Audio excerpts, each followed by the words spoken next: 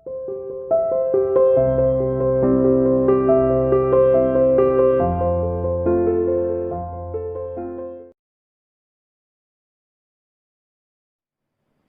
dear student, welcome to CA International School online classes. My dear plus 2 commerce class unit 9 financial management हमने start की थी। आज हम topic discuss करेंगे financial decision क्या है, फाइनेंशियल मैनेजमेंट क्या है मैं बता चुकी हूँ, रोल क्या है बता चुकी हूँ, ऑब्जेक्टिव भी हम डिस्कस कर चुके हैं। आज डिस्कस करेंगे फाइनेंशियल डिसीजन क्या है। तो चलिए देखते हैं। 3 important decision taken by financial manager. Financial manager क्यों आया? क्योंकि फाइनेंस का जो अरेंज करना है, फाइनेंस से रिलेटेड डिसीजन लेना है, तो उसका कार्य किसको दिया गया? फाइनेंशियल डिपार्टमेंट को। तो फाइनेंशियल मैनेजर द्वारा जो डिसीजन लिए जाते हैं वो 3 इंपॉर्टेंट डिसीजन लिए जाते हैं, ठीक है। These are also known as finance function. इसे फाइनेंस फंक्शन भी कहा जाता है, अंडरलाइन कर लेना। फाइनेंशियल डिसीजन बेटा, जब भी कोई बिजनेस स्टार्ट किया जाता है तो फाइनेंस की जरूरत होती है, ठीक है, वो उसकी सोल्व होती है। अगर फाइनेंस से रिलेटेड आपका कोई भी डिसीजन गलत हो जाता है तो फाइनेंस का जो भी आपने मैनेजमेंट किया है सब वेस्ट हो जाएगा। आप जो सोच रहे हैं मुझे इतना प्रॉफिट हो, मैं ये ऑब्जेक्टिव प्राप्त करूंगा, वो आप डिफिकल्ट हो जाएगा उस ऑब्जेक्टिव को प्राप्त करना। इसलिए इसका मैनेजमेंट करना बहुत ज्यादा जरूरी हो जाता है। तो 3 इंपॉर्टेंट डिसीजन लिए जाते हैं फाइनेंशियल मैनेजर द्वारा। These are also known as finance function। इसे फाइनेंस फंक्शंस भी कहा जाता है। सबसे पहले आता है कौन कौन से डिसीजन लिए जाते हैं फाइनेंशियल मैनेजर।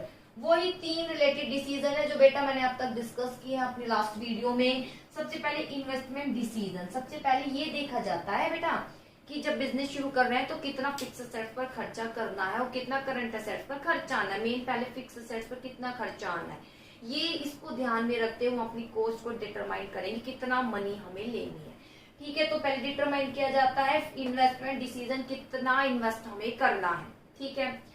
इसके बाद लिया जाता है फाइनेंसिंग डिसीजन कि जब इन्वेस्टमेंट का डिसीजन तो ले लिया कि हमें इतना इन्वेस्ट करना है, यानी इतना हमें मीन्स मान लीजिए हमें 20 करोड़ की जरूरत है या 100 करोड़ की जरूरत है। थोड़ा बड़ी डिजिट लेकर चलते हैं, छोटा क्या सोचना। 100 करोड़ की जरूरत है हमें इन्वेस्ट करने के लिए बिजनेस में, ठीक है। ये 100 करोड़ मैंने कैसे डिटरमाइन किया, हमने कैसे डिटरमाइन किया कि कितना खर्चा आना है फिक्स असेट्स पर, करंट असेट्स, सबको डिटरमाइन करते हुए एक हम कॉम्बिनेशन बना लेते हैं, वो आ जाता है इन्वेस्टमेंट डिसीजन, ठीक है। कितना खर्चा करना है लॉन्ग टर्म पर, लॉन्ग टर्म एसेट्स पर, शॉर्ट टर्म एसेट्स पर। फिर फाइनेंसिंग डिसीजन, ये डिसीजन लिए जाते हैं फाइनेंशियल मैनेजर द्वारा कि ये अगर हमें खर्चा तो करना है, चाहे लॉन्ग टर्म एसेट्स हो चाहे शॉर्ट टर्म एसेट्स हो, फिर ये पैसा हम कहाँ से आएगा। दूसरा ये डिसीजन लिए जाते हैं कि फंड ऑब्टेन वेरियस सोर्स, विभिन्न सोर्स से कितना फंड आएगा, कहाँ किस सोर्स से आएगा, किस सोर्स से हम प्राप्त कर सकते हैं जो हमारे लिए सुटेबल हो। इसके बाद डिविडेंड डिसीजन, जिससे भी हम प्राप्त करेंगे तो जो प्रॉफिट होगा उसको हम क्या करेंगे, distribute, what proportion distribute as dividend, कितना डिविडेंड हमें देना है, क्या प्रोपोर्शन रखना है, ये कहलाया जाता है डिविडेंड डिसीजन। और फाइनेंशियल मैनेजर इन तीन डिसीजन लेता है। ध्यान दीजिए कौन कौन से decision, investment decision, financing decision, dividend. बेटा ये फाइनेंसिंग है, फाइनेंसिंग मतलब फाइनेंस अरेंज करना, फाइनेंसिंग हो गया, ठीक है। फाइनेंस किस अरेंज करना, वो फाइनेंसिंग हो गया। फाइनेंशियल डिसीजन, ध्यान दीजिए कई बच्चे कंफ्यूज हो जाते हैं कि ये फाइनेंशियल आया हो, ये फाइनेंसिंग है। फाइनेंसिंग यानी मनी किस से प्राप्त करनी है, फाइनेंशियल यानी फाइनेंस को अरेंज करना है। फाइनेंस को अरेंज करने के लिए पहले ये बताना है कि कितनी मनी की जरूरत है। पहला क्वेश्चन, कितने मनी की जरूरत है, तो आ तो गया इन्वेस्टमेंट डिसीजन, कितना इन्वेस्ट करना है, पहले मनी बताइए। दूसरा मनी कहाँ से प्राप्त करना चाहते हैं, तो दूसरा क्वेश्चन आ गया फाइनेंसिंग डिसीजन, किस से मनी लेना चाहते हैं। थर्ड, जो मनी आ जाएगी उसको इन्वेस्ट करोगे तो प्रॉफिट आएगा, उसको किस तरीके से आप डिस्ट्रीब्यूट करेंगे, तो थर्ड डिसीजन डिविडेंड डिसीजन। इन तीनों पर जो डिस्कशन यानी इनसे रिलेटेड जो डिसीजन लिए जाते हैं फाइनेंशियल मैनेजर द्वारा, उन्हें फाइनेंस फंक्शन भी कहा जाता है, क्योंकि फाइनेंस के ही कार्य सारे फाइनेंस से रिलेटेड ही है, इसलिए इसे फाइनेंस फंक्शन भी कहा जाता है। ध्यान दीजिए इसे फाइनेंस फंक्शन भी कहा जाता है, ये अंडरलाइन क्लियर है। फिर बता देती हूँ, फाइनेंस मैनेजर द्वारा जो डिसीजन लिए जाते हैं उसे फाइनेंस फंक्शंस भी कहा जाता है। कौन से डिसीजन लेता है फाइनेंस मैनेजर?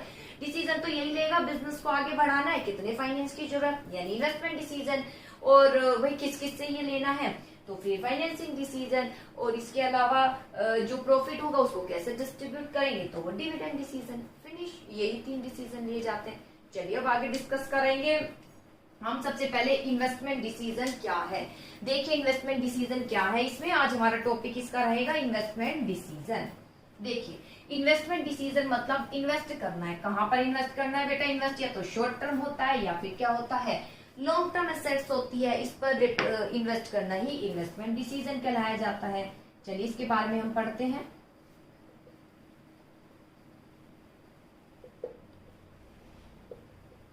हाँ जी, देखिए इन्वेस्टमेंट डिसीजन क्या है। हाँ जी, इट रिफर टू डिसाइड, इसका अभिप्राय डिसाइड करना है, how the fund are invested in different assets, कि कितना कितना फंड इन्वेस्ट करे, कितना फंड इन्वेस्ट करे किसमें, डिफरेंट डिफरेंट एसेट्स में। बेटा रोल में मैं क्लियर कर दिया था मैंने, कितना रोल क्या है फाइनेंशियल मैनेजमेंट का, कि कितना फिक्स एसेट्स पर खर्चा करना है टोटल, सेपरेट कितना, टोटल करंट एसेट्स पर कितना खर्चा, सेपरेट कितना, उसी पर ही डिस्कशन चल रहा है। चलिए देखिए इन्वेस्टमेंट डिसीजन, इसका अभिप्राय fund are investing different different assets पर कितना खर्चा किया जाए, so that they are able to earn higher possible return for the investor, ताकि हाई पॉसिबल क्या आ जाए, रिटर्न, कितना कितना हम करें ताकि हाई पॉसिबल क्या आ जाए, रिटर्न, वही कहलाया जाता है इन्वेस्टमेंट डिसीजन, कि कितना कितना इन्वेस्ट करें डिफरेंट डिफरेंट एसेट्स पर ताकि इन्वेस्टर को हाई क्या मिले, रिटर्न मिले। Assets which are obtain by business are of 2 type, 2 प्रकार की एसेट्स होती है, एक तो लॉन्ग टर्म एसेट्स है और दूसरा क्या है, शॉर्ट टर्म। ये आपको खूब पता है, आप अकाउंट में पढ़ते हैं, एक तो लॉन्ग टर्म एसेट्स है और दूसरा कौन सा है, शॉर्ट टर्म एसेट्स। ठीक है, लॉन्ग टर्म है और शॉर्ट टर्म दोनों का पढ़ेंगे। लॉन्ग टर्म मतलब कैपिटल बस्टिंग, इस पर जो डिसीजन लिए जाते हैं वो क्या कहलाए जाते हैं, रोल में पढ़ा था ना, कैपिटल बस्टिंग डिसीजन। देखिए लॉन्ग टर्म इन्वेस्टमेंट डिसीजन मतलब this is refer as the capital budgeting decision, आई गया है वो लाइन। लॉन्ग टर्म डिसीजन मतलब capital budgeting decision, long term decision मतलब कैपिटल बस्टिंग डिसीजन से लिया जाता है। कैपिटल बस्टिंग मतलब कैपिटल मतलब एसेट्स हो गई, फिक्स एसेट्स, बजट जो इसके लिए बजट बनाया उस पर डिसीजन लेना कैपिटल बस्टिंग डिसीजन कहलाया जाता है। It related to investment in long term assets, बेटा कैपिटल है तो ये किससे रिलेटेड होगा, लॉन्ग टर्म एसेट से, किससे रिलेटेड होगा, लॉन्ग टर्म एसेट से। For example buying a new machine, मान लीजिए न्यू मशीन जो है बाइंग कर रहे हैं for the same purpose, finance manager has to make a comparative study of various alternative available in market on the basis of cost and profitability, cost and profitability. These decisions are very important as they affect earning of business over the long run. देखिए क्या है, simple सा, long term decision को capital budgeting decision भी कहा जाता है, जिसके अंतर्गत लॉन्ग टर्म एसेट्स पर हम क्या करते हैं, खर्च इन्वेस्ट करते हैं। ठीक है, जैसे मान लीजिए कि बाय करना है एक न्यू मशीन, बाय क्या करना है, एक संस्था को न्यू मशीन बाय करनी है, तो बहुत से ऑप्शन अवेलेबल होंगे मार्केट में मशीन बाय करने के। ठीक है, तो कौन से ब्रांड्स की आपको लेनी है, ये आपके लिए बहुत से ऑप्शन क्रिएट होंगे।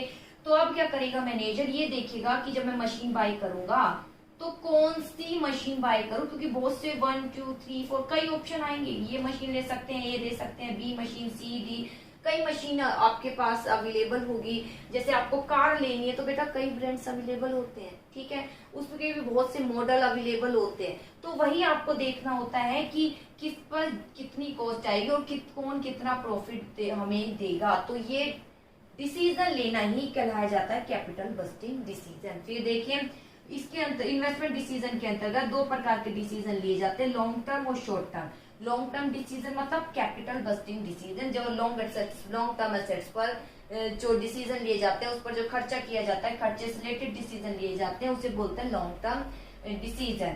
जैसे कि मान लीजिए एक मशीन बाय करनी है तो बहुत से अल्टरनेटिव आपको मार्केट में मिलेंगे, फिर मैनेजर क्या करेगा, उनकी देखेगा किस मशीन पर कितनी कॉस्ट आ रही है, मशीन पर कितना खर्चा, बी को खरीदेंगे कितना, सी को खरीदेंगे कितना, डी को खरीदेंगे कितना, और कौन कितना प्रॉफिट देगी संस्था को।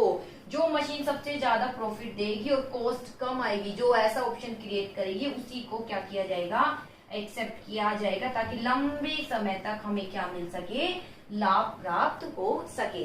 तो ये कहलाया जाता है लॉन्ग टर्म डिसीजन। बहुत सिंपल। अगला आता है short term investment decision. Short term investment इसे वर्किंग कैपिटल, क्योंकि डेली के खर्चे के लिए होता है। शॉर्ट टर्म मतलब वर्किंग कैपिटल डिसीजन से लिया जाता है।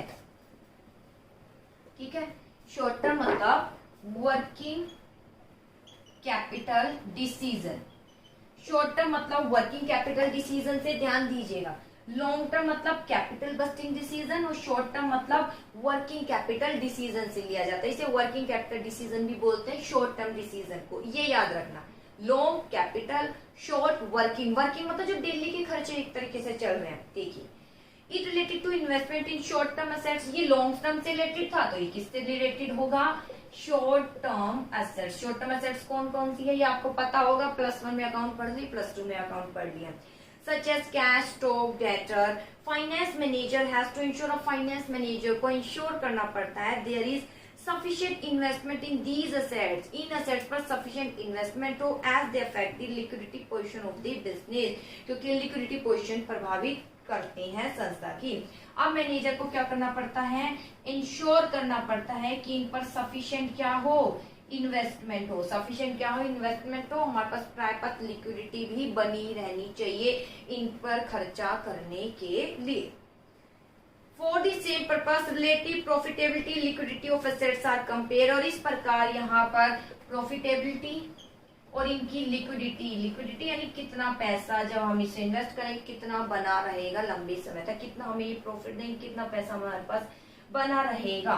ठीक है, तो ऐसा खर्चा करना कहलाया जाता है शॉर्ट टर्म डिसीजन। फिर देखिए, लॉन्ग टर्म डिसीजन मतलब कैपिटल बस्टिंग डिसीजन लिया जाता है। जैसे कि मशीन बाय कर रहे हैं तो वहां हमें देखना होता है कौन सी मशीन बाय करें जिससे हमें ज्यादा प्रॉफिट हो, लंबे समय तक लाभ प्राप्त होता रहे और कॉस्ट कम आए। ऐसे ही शॉर्ट टर्म डिसीजन मतलब शॉर्ट टर्म एसेट्स पर जो खर्चा किया जाता है। ठीक है, इसे वर्किंग कैपिटल डिसीजन भी कहा जाता है, जैसे कि स्टॉक, डेटर। ठीक है, ये इसमें शामिल किए जाते हैं। फाइनेंस मैनेजर जो है निश्चित करता है कि पर्याप्त मात्रा में इस पर क्या होना चाहिए, सफिशिएंट इन्वेस्टमेंट होना चाहिए इन असेट्स पर। ठीक है, और करते समय प्रॉफिटेबिलिटी और लिक्विडिटी को क्या करते हैं, ध्यान में रखते हैं। आगे अब आता है फैक्टर अफेक्टिंग इन्वेस्टमेंट डिसीजन। कौन कौन से फैक्टर प्रभावित करते हैं इन्वेस्टमेंट डिसीजन को। बेटा लॉन्ग टर्म बता दिए, शॉर्ट टर्म बता दिया। जब हम ये डिसीजन ले रहे हैं तो कुछ तो बिजनेस एनवायरमेंट में पढ़ा है ना, जहाँ अपॉर्चुनिटी है वहां तो थ्रेट्स उत्पन्न होंगे, वही थ्रेट्स क्या कहलाए जाएंगे, इसके फैक्टर। यानी क्या क्या फैक्टर प्रभाव डालते हैं इन्वेस्टमेंट डिसीजन को। अब देखते हैं फैक्टर।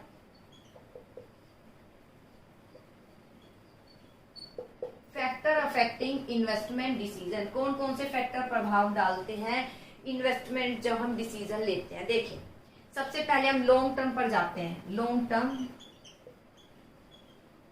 इन्वेस्टमेंट डिसीजन जब लॉन्ग टर्म करते हैं तो कौन कौन से फैक्टर प्रभाव डालते हैं। सबसे पहले देखिए, इंपॉर्टेंट, इसे कैपिटल बस्टिंग डिसीजन भी बोलते हैं। निम्नलिखित फैक्टर्स को प्रभाव डालते हैं। सबसे पहले cash flow of the project. पहला क्या आता है, cash flow of the project. Cash flow मतलब बेटा आपने बुक अकाउंट में आप पढ़ेंगे, कैश फ्लो मतलब कैश 2 प्रकार से फ्लो होता है, cash inflow, cash outflow. Cash outflow मतलब कितना मैंने इन्वेस्ट किया है। ठीक है, एक मशीन खरीदी है, वो कैश आउटफ्लो। वो कितना मुझे प्रॉफिट बना के दे रही है, वो है कैश इनफ्लो। ठीक है, किसी को एज अ लोन दे दिया, वो कैश आउटफ्लो हो गया, चला गया पैसा। फिर उस पर जो एक रिटर्न आ रही है वो क्या है, कैश इनफ्लो। तो cash flow of the project क्या है, यानी अगर किसी प्रोजेक्ट पर खर्चा करते हैं, कैश आउटफ्लो करते हैं, तो वो हमें कितना रिटर्न देता है, वो कहलाया जाएगा कैश इनफ्लो। तो देखिए, ये प्रभावित करता है डिसीजन को long term. We know investment decision, capital busting decision related with investment in long term assets. हमें पता है जो investment decision capital budgeting decision है, हमें पता है जो कैपिटल बस्टिंग डिसीजन है वो किससे रिलेटेड है, लॉन्ग टर्म एसेट से। वो किससे रिलेटेड है, लॉन्ग टर्म एसेट से रिलेटेड होता है। ठीक है, दीज एसेट्स इन्वॉल्व बोथ, इसमें दोनों इन्वॉल्व है, कैश आउटफ्लो, कैश इनफ्लो, दोनों इन्वॉल्व है इसमें, cash outflow and cash inflow. इसमें कैश आउटफ्लो भी शामिल है और कैश इनफ्लो भी शामिल है, क्योंकि आउटफ्लो करेंगे तो वो रिटर्न भी देगा इनफ्लो। आगे, the amount needed for investment is known as cash outflow. अब इन एसेट्स पर जो हमें इन्वेस्ट करना है, इन्वेस्ट करने के लिए जो सफिशिएंट अमाउंट चाहिए, उसे क्या बोलते हैं? Cash outflow. उसे क्या बोलते हैं? कैश आउटफ्लो भी बोल दिया ना। इन एसेट्स पर इन्वेस्ट करने के लिए जो मनी चाहिए ताकि हम इस पर खर्चा कर ले, मशीन या आ जाए, वो कहलाया जाएगा कैश आउटफ्लो। और ये जो हमें रिटर्न दे रही है वो क्या कहलाया जाएगा? Cash inflow. जैसे देखिए आगे, return from the same investment, जो रिटर्न आएगी, ठीक है, इन्वेस्टमेंट, हमने इन्वेस्टमेंट किया एसेट्स पर, जितना भी अमाउंट खर्चा किया, इन्वेस्ट किया, वो कैश आउटफ्लो, और उस पर जो रिटर्न आ रही है वो क्या आ जाएगी? Cash inflow. वो क्या आ जाएगा? Cash inflow. जो रिटर्न आ रही है वो कहलाया जाएगा कैश इनफ्लो। ठीक है, both of these need to be analyse carefully before finalising the investment. तो दोनों को ही केयरफुली रूप से हम क्या करते हैं? स्टडी करते हैं डिसीजन लेने से पहले लॉन्ग टर्म। देखिए कौन कौन से फैक्टर प्रभावित करते हैं लॉन्ग टर्म डिसीजन को। सबसे पहले है cash flow of the project. Cash flow मतलब कैश आउटफ्लो और cash inflow. Capital budgeting decision long term asset से लिया जाता है, और कैश फ्लो प्रोजेक्ट मतलब कैश आउटफ्लो और कैश क्या है? इनफ्लो है। बेटा यही अच्छे से समझ लीजिए, बार बार रिपीट नहीं करूंगी। कैश फ्लो मतलब कैश आउटफ्लो और कैश इनफ्लो, दोनों का एक्सप्लेन कर रही हूँ। कैश आउटफ्लो मतलब कि जो एसेट्स पर हम इन्वेस्ट करने के लिए जो मनी चाहिए, अमाउंट, जितना अमाउंट एसेट्स पर इन्वेस्ट करेंगे वो कहलाया जाएगा cash outflow.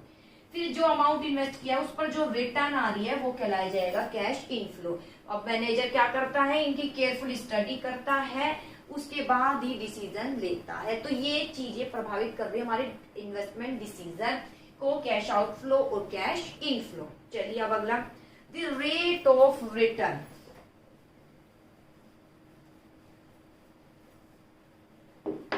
Rate of return, rate of return मतलब भाई कितना रिटर्न आ रहा है, वही प्रोजेक्ट है उस पर कितना रिटर्न आ रहा है। देखिए अब प्रोजेक्ट, क्योंकि प्रोजेक्ट कुछ हम इन्वेस्ट करते हैं, कोई प्रोजेक्ट तो जैसे ऑप्शन प्लानिंग में पढ़ा है ना, व्यवसाय का विस्तार करना है, बहुत से ऑप्शन है बेटा, तो हमें देखना पड़ेगा कौन सा ऑप्शन हमारे लिए बेटर है, कौन सबसे ज्यादा हमें प्रॉफिट दे रहा है। ठीक है, तो वही बात आ रही है। अब प्रोजेक्ट में not be profitable as compare to other. हो सकता है कि एक प्रोजेक्ट को जब हम कंपेयर करें अदर प्रोजेक्ट से तो वो ज्यादा प्रॉफिटेबल नहीं हो, तो हम क्या करेंगे आगे देखिए। The criteria to decide the profitability of various project is their respective rate of return. तो क्राइटेरिया डिटरमाइन किया जाएगा किसका? प्रोजेक्ट का, किसके आधार पर? उसकी रेट ऑफ रिटर्न, की कितना रिटर्न वो प्रोजेक्ट दे रहा है, उसको ही हम शामिल करेंगे इन्वेस्ट के लिए। ठीक है, उस पर ही हम शामिल करेंगे अपने भविष्य में, अपनी योजना के लिए। The rate of return is calculated on the basis of expected return of project and risk attached with it. देखिए रेट ऑफ रिटर्न को किस तरीके से शो किया जाता है? Expected return, rate of return को किस तरीके से शो किया जाता है? एक्सपेक्टेड रिटर्न कितना आ रहा है, ठीक है, और इसके साथ कितना रिस्क जुड़ा हो। भाई बिजनेस एनवायरनमेंट में तो आपने खूब पढ़ लिया है, सही हुआ कि मैंने लास्ट में कराई बिजनेस एनवायरनमेंट, बहुत उससे रिलेटेड आ रहा है। जब बिजनेस स्टार्ट करेंगे, बिजनेस एनवायरनमेंट में कुछ थ्रेट्स भी उत्पन्न करते हैं, अपॉर्चुनिटी, तो कितनी एक्सपेक्टेड रिटर्न आ रही है, उसके साथ रिस्क तो जुड़ा होगा बेटा। जहां रिटर्न आ रही है तो रिस्क तो जरूर होगा, प्रॉफिट के साथ रिस्क तो होगा। जितना ज्यादा प्रॉफिट कमाना चाहते हो रिस्क उठाना पड़ेगा। ठीक है, देखिए if two project are of same risk, मान लीजिए दो प्रोजेक्ट हैं, सेम किसके हैं? रिस्क के हैं। दो प्रोजेक्ट है सेम रिस्क के हैं, तो अब हम किसको एक्सेप्ट करेंगे? जो कि रिटर्न हमें क्या करेगा? ज्यादा देगा। जैसे देखिए the project having higher rate of return will be accepted, तो वो प्रोजेक्ट एक्सेप्ट होगा जिस पर हायर क्या आ जाएगी? रिटर्न आ जाएगी। जो हायर क्या देगा? रिटर्न। तो ये फैक्टर भी प्रभाव डालता है जब हम डिसीजन ले रहे हैं इन्वेस्टमेंट। कौन सा factor? Rate of return. Rate of return मतलब वही इन्वेस्टमेंट डिसीजन ले रहे हैं कि कौन से एसेट्स पर हमें इन्वेस्ट करना है, ठीक है, हमें कौन से प्रोजेक्ट पर खर्चा करना है। तो हो सकता है कि एक प्रोजेक्ट को हम दूसरे से कंपेयर करें तो उनमें काफी अंतर पाया जाता है, किसमें? उनके रेट ऑफ रिटर्न पर। ठीक है, तो हम एक क्राइटेरिया डिटरमाइन कर देते हैं प्रोजेक्ट का कि कौन कितना रेट ऑफ रिटर्न दे रहा है। मान ली, ठीक है, और किसको कैसे डिटरमाइन किया जाता है रेट ऑफ रिटर्न को, कि एक्सपेक्टेड रिटर्न कितना आ रहा है, उसके साथ जुड़ा हुआ रिस्क भी कितना हो सकता है। रिस्क ज्यादा है, हम रिस्क उठाना नहीं चाह रहे, रिटर्न ज्यादा है लेकिन रिस्क नहीं उठाना चाह रहे हैं, तब भी हमारा डिसीजन प्रभावित होगा इस फैक्टर से, ठीक है। तो रेट ऑफ रिटर्न प्रभावित होता है, एक्सपेक्टेड रिटर्न कितना आ रहा है, उसके साथ कितना रिस्क जुड़ा हुआ है। मान लीजिए कोई दो प्रोजेक्ट सेम रिस्क के हैं, ठीक है, तो अब हम देखें रिस्क वाला तो आ गया, दो ध्यान में रखना पड़ेगा, रेट ऑफ रिटर्न में हमने देखना पड़ेगा कितना रिटर्न आ रहा है और उसके साथ कितना रिस्क जुड़ा हुआ है।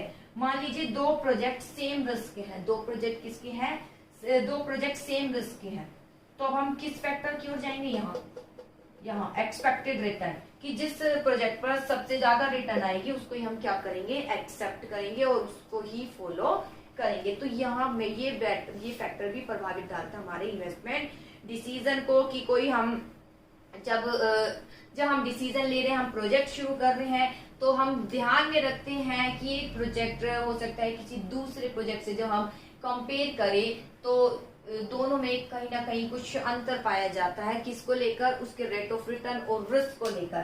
तो मान लीजिए दो प्रोजेक्ट सेम रिस्क के हैं, तो हम उसी को एक्सेप्ट करेंगे कि जो हमें हाई रिटर्न देगा। तो ये फैक्टर भी प्रभाव डालता है हमारे इन्वेस्टमेंट डिसीजन को। आगे थर्ड क्या है देखिए, investment criteria involve.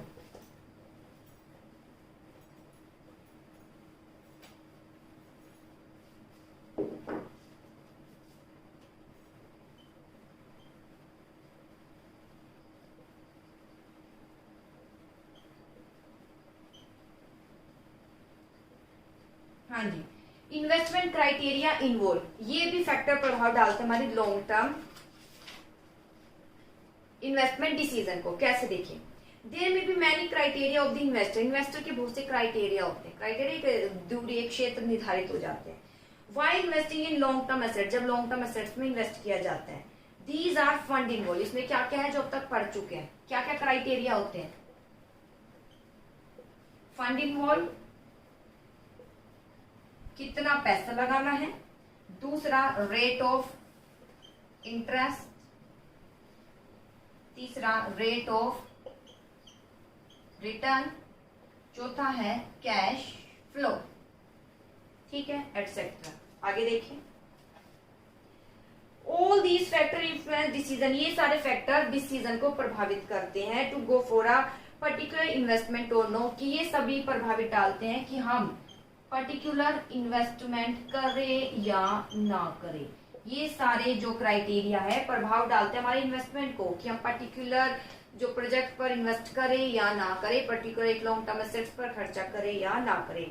For the same purpose capital budgeting technique are apply accordingly decision are taken, इसके लिए कैपिटल बस्टिंग टेक्निक अपनाई जाती है, उसके लिए डिसीजन अपनाए जाते हैं कि कौन इस पर, ये सब पर फॉलो किया जाता है, ये टेक्निक अपनाई जाती है, भाई किस पर रिटर्न क्या आ रहा है, फिर उसको अप्लाई किया जाता है। फिर देखिए, इन्वेस्टमेंट क्राइटेरिया इन्वॉल्व में क्राइटेरिया जो है डिटरमाइन किया जाता है, क्या क्या क्राइटेरिया, जो इन्वेस्टर है उसके लिए क्राइटेरिया डिटरमाइंड हो जाता है, कौन कौन सा क्राइटेरिया, जब वो इन्वेस्ट करना चाहता है, कि फंड इन्वॉल्व, कितना पैसा चाहिए सबसे पहले, ठीक है, पर्टिकुलर जो हम एसेट्स पर खर्चा कर रहे हैं कितना उसमें फंड इन्वॉल्व है, ठीक है।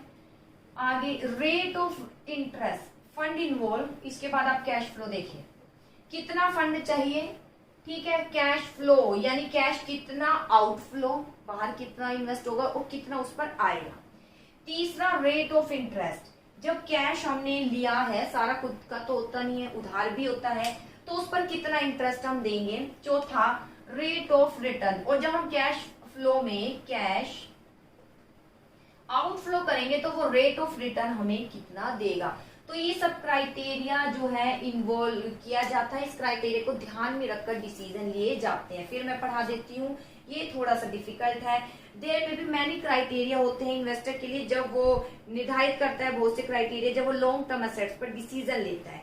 कौन कौन से क्राइटेरिया होते हैं, फंड इन्वॉल्व, कितना उसको फंड इन्वॉल्व करना है, 300 करोड़, 100 करोड़, 200 करोड़, ठीक है, यानी कैश फ्लो यानी कितना कैश फ्लो करना है बाहर और कितना कैश इनफ्लो आएगा। फंड इन्वॉल्व तो करना है, कैश फ्लो भी करना है, तो कैश आएगा तो सही, कैश उधार भी लिया जाएगा, कुछ खुद का होगा। जो उधार लिया जाएगा तो उसकी एक निश्चित सीमा होगी, रेट ऑफ इंटरेस्ट, उस पर कितना हम इंटरेस्ट देंगे, जितना हम क्षमता होगी उतना ही हम पैसा बाहर से लेंगे, जितना हम इंटरेस्ट दे सकते हैं। रेट ऑफ रिटर्न कि जब कैश आउटफ्लो करेंगे तो रेट ऑफ रिटर्न कितना आएगा, इन चारों ये जो क्राइटेरिया है ये डिटरमाइन किया जाता है इन्वेस्टर द्वारा। और जब ये क्राइटेरिया निर्धारित किया जाता है इसके अकॉर्डिंग डिसीजन लिया जाता है कि पर्टिकुलर इन्वेस्टमेंट करे या ना करे। ठीक है, पर्टिकुलर जो इन्वेस्टमेंट है लॉन्ग टर्म एसेट्स पर, उस पर इन्वेस्ट करें या ना करें, उसके लिए निम्नलिखित क्राइटेरिया डिटरमाइन किया जाता है। सबसे पहले हम देखेंगे कितना फंड इन्वॉल्व है, कितने फंड्स की जरूरत है। ठीक है, कितना हम कैश फ्लो कर रहे हैं, कैश फ्लो मतलब कैश फ्लो आउटफ्लो और इनफ्लो, उतने कितना फंड बाहर जाएगा और कितना उस पर रिटर्न आएगा, यानी रेट ऑफ रिटर्न कितना आएगा और कितना पैसा जो हमने खर्च किया है, हमारा सारा नहीं होता, कुछ उधार भी लिया जाता है, तो रेट ऑफ इंटरेस्ट उस पर कितना देना है। तो ये सब चारों को हम डिटरमाइन करते हैं, ये कहलाया जाता है इन्वेस्टमेंट क्राइटेरिया इन्वॉल्व। तो इन्वेस्टर इन चारों क्राइटेरिया को ध्यान में रखता है और इसके आधार पर ही डिसीजन लेता है कि पर्टिकुलर इन्वेस्टमेंट करना है या नहीं। तो ये तीनों फैक्टर किसको प्रभावित करते हैं, लॉन्ग टर्म एसेट्स को। कौन कौन से फैक्टर, सबसे पहले cash flow of the project, फिर बता देती हूँ, cash flow of the project ये प्रभावित करता है। दूसरा है द रेट ऑफ रिटर्न, ये आ ही गया है, द रेट ऑफ रिटर्न बेटा ये आ ही गया है। और क्राइटेरिया, ये तीनों प्रभावित करते हैं जब हम कौन सा डिसीजन लेते हैं, इन्वेस्टमेंट डिसीजन लेते हैं लॉन्ग टर्म एसेट्स पर। सबसे पहले कैश फ्लो, कैश फ्लो मतलब cash outflow, cash inflow. Machine purchase करनी है, जो बाहर खर्चा किया है, जितना खर्च कर मशीन को खरीदने पर जो खर्चा किया कैश आउटफ्लो, उस पर जो हम एक रिटर्न ले रहे हैं, प्रॉफिट कमा रहे हैं, वो cash inflow. Rate of return यानी इसमें आप प्रोजेक्ट के बाद आएंगे कि कोई दो प्रोजेक्ट हो सकता है कि कंपेयर करते हैं, उसमें कुछ ना कुछ मेरिट डिमेरिट्स पाई जाती है। ठीक है, रेट ऑफ रिटर्न किसके द्वारा हम डिटरमाइन करते हैं कि कितना जो है उसमें इन्वेस्ट करना है और कितना उस पर क्या जुड़ा हुआ है, रिस्क शामिल है। ठीक है, यानी रिटर्न कितनी उस पर आनी है और कितना रिस्क शामिल है। तो अगर दो प्रोजेक्ट पर सेम रिस्क है तो उसी को एक्सेप्ट करेंगे जिस पर रिटर्न ज्यादा आएगी। थर्ड, ये नहीं सबको, ये जो अभी डिस्कस कर रहे हैं ना, इनका एक क्राइटेरिया बना देंगे। तो इन्वेस्टर इनको एक निश्चित क्राइटेरिया कर देता है, एक निश्चित क्राइटेरिया डिटरमाइन करता है जब इन्वेस्टमेंट डिसीजन लेता है, जिसमें शामिल है फंड कितना इन्वॉल्व है, यानी कैश आउटफ्लो कैश इनफ्लो कितना है, जब कैश आउटफ्लो कर रहे हैं उस पर रिटर्न कितना आ रहा है, और कैश अगर किसी मशीन को खरीदने पर भी खर्चा किया है तो फिर वो पैसा हमारा नहीं है, कुछ उधार भी है, तो उस पर कितना रेट ऑफ इंटरेस्ट देना है। ये सब क्राइटेरिया है इन्वेस्टमेंट फंड के। चलिए इसके बाद अब बहुत इजी है, हार्ड नहीं है, शॉर्ट टर्म इन्वेस्टमेंट डिसीजन। देखिए शॉर्ट टर्म इन्वेस्टमेंट डिसीजन क्या है, ये इजी है।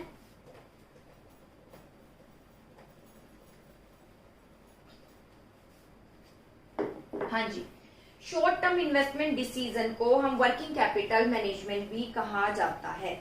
Adequate amount of working capital at all the time in business, business में हर समय एक पर्याप्त मात्रा में क्या होनी चाहिए, वर्किंग कैपिटल होनी चाहिए। ठीक है, और called management of working capital, इसे ही वर्किंग कैपिटल कहा जाता है। बिजनेस में पर्याप्त मात्रा में डेली के खर्चे के लिए कुछ कैपिटल होनी चाहिए, इसे वर्किंग कैपिटल कहा जाता है। देखिए एडिक्वेट अमाउंट में पर्याप्त मात्रा में अमाउंट होना चाहिए, amount of working capital should nether be more NOR less than required. यहाँ पर क्या बोला है, शॉर्ट टर्म इन्वेस्टमेंट डिसीजन को वर्किंग कैपिटल मैनेजमेंट भी कहा जाता है, इसे क्या बोलते हैं, वर्किंग कैपिटल मैनेजमेंट भी कहा जाता है। और वर्किंग कैपिटल संस्था में ना तो आवश्यकता से ज्यादा होनी चाहिए, ना ही आवश्यकता से कम होनी चाहिए। सिंपल है, अगर आवश्यकता से ज्यादा होगी वर्किंग कैपिटल यानी संस्था में पैसा है डेल के खर्चे के लिए, तो संस्था में ज्यादा होगी तो लिक्विडिटी तो बनी रहेगी, पैसा तो बना रहेगा, कभी भी जरूरत हो तो खर्च कर दो, लेकिन प्रॉफिटेबिलिटी क्या हो जाएगी, डिक्रीज। क्यों, क्योंकि वो पैसा फालतू ही आपके पास है, इतनी जरूरत नहीं है। अगर वर्किंग कैपिटल आपने ज्यादा बना लिया, यानी डेल के खर्चे के लिए आपने एक जो फंड बनाया है अपने पास वो ज्यादा बना लिया, लेकिन उतना खर्चा आता ही नहीं है, पैसा यूं ही पड़ा रहेगा। उस पैसे को अगर कहीं इन्वेस्ट करते तो कुछ रिटर्न आता है। जैसे आपके घर के खर्चे के लिए मंथली आप 10,000 रखते हैं, मान लीजिए वो खर्चा हर महीने केवल 5,000 का आता है, 5,000 तो आपके पास हर महीने यूं ही पड़े रहते हैं, उसको अगर बैंक में डालोगे किसी को दोगे तो हो सकता है कुछ प्रॉफिट हो। ठीक है ना, तो प्रॉफिटेबिलिटी कम हो जाती है। और ऐसी अगर वर्किंग कैपिटल आवश्यकता से कम डिटरमाइन किए जाएंगे तो डेली के जो खर्चे हैं वो आप नहीं कर पाओगे, लिक्विडिटी कम होगी, ठीक है, और डेली के खर्चे नहीं निकल पाएंगे। जैसे घर खर्चे के लिए भाई 10,000 चाहिए लेकिन आप तो 8,000 रखते हैं या 5,000 रखते हैं, खर्चा नहीं हो पाता है, वही उत्पन्न हो जाएगी। तो संस्था में ये वर्किंग कैपिटल ना तो आवश्यकता से ज्यादा होनी चाहिए ना ही आवश्यकता से कम, बस इतना ही है, ये टॉपिक ज्यादा नहीं है। देखिए एडिक्वेट अमाउंट प्राप्त होना चाहिए, वर्किंग कैपिटल ना तो ज्यादा होनी चाहिए ना ही कम। अगर दोनों सिचुएशन हार्मफुल में, अगर वर्किंग कैपिटल आवश्यकता से ज्यादा है तो लिक्विडिटी तो बनी रहेगी जैसे अभी बताया है, लेकिन प्रॉफिटेबिलिटी डिक्रीज हो जाएगी, अंडरलाइन कर लीजिए। For instance if large amount cash, क्योंकि लार्ज अमाउंट में कैश वर्किंग कैपिटल के रूप में रखा रहेगा और वो बेकार ही पड़ा रहेगा, प्रॉफिटेबिलिटी गिर जाएगी। दूसरे शब्दों में if amount cash current assets very little, अगर बहुत कम अमाउंट आप रखते हो तो डिफिकल्टी हो जाएगी, डेली के खर्चे आप नहीं, एक्सपेंसेस और पेमेंट आप नहीं कर पाएंगे, objective of working capital determined और ऑब्जेक्टिव प्राप्त नहीं हो पाएंगे। इसलिए वर्किंग कैपिटल का ऑब्जेक्टिव है कि ऑप्टिमम अमाउंट रखा होना चाहिए, ठीक है। वर्किंग कैपिटल कैसी होनी चाहिए, एडिक्वेट होनी चाहिए, यानी शॉर्ट टर्म एसेट्स के लिए जो खर्चे हैं वो एडिक्वेट होना चाहिए, पर्याप्त मात्रा में पैसे मनी होनी चाहिए, ना तो आवश्यकता से ज्यादा ना ही आवश्यकता से कम। ज्यादा होगा तो लिक्विडिटी बनी रहेगी, प्रॉफिटेबिलिटी क्या हो जाएगी, हैम्पर यानी प्रभावित हो जाएगी। आई होप बेटा आपको टॉपिक क्लियर हुआ होगा, फिर भी नहीं हुआ हो तो मैसेज आप कर सकते।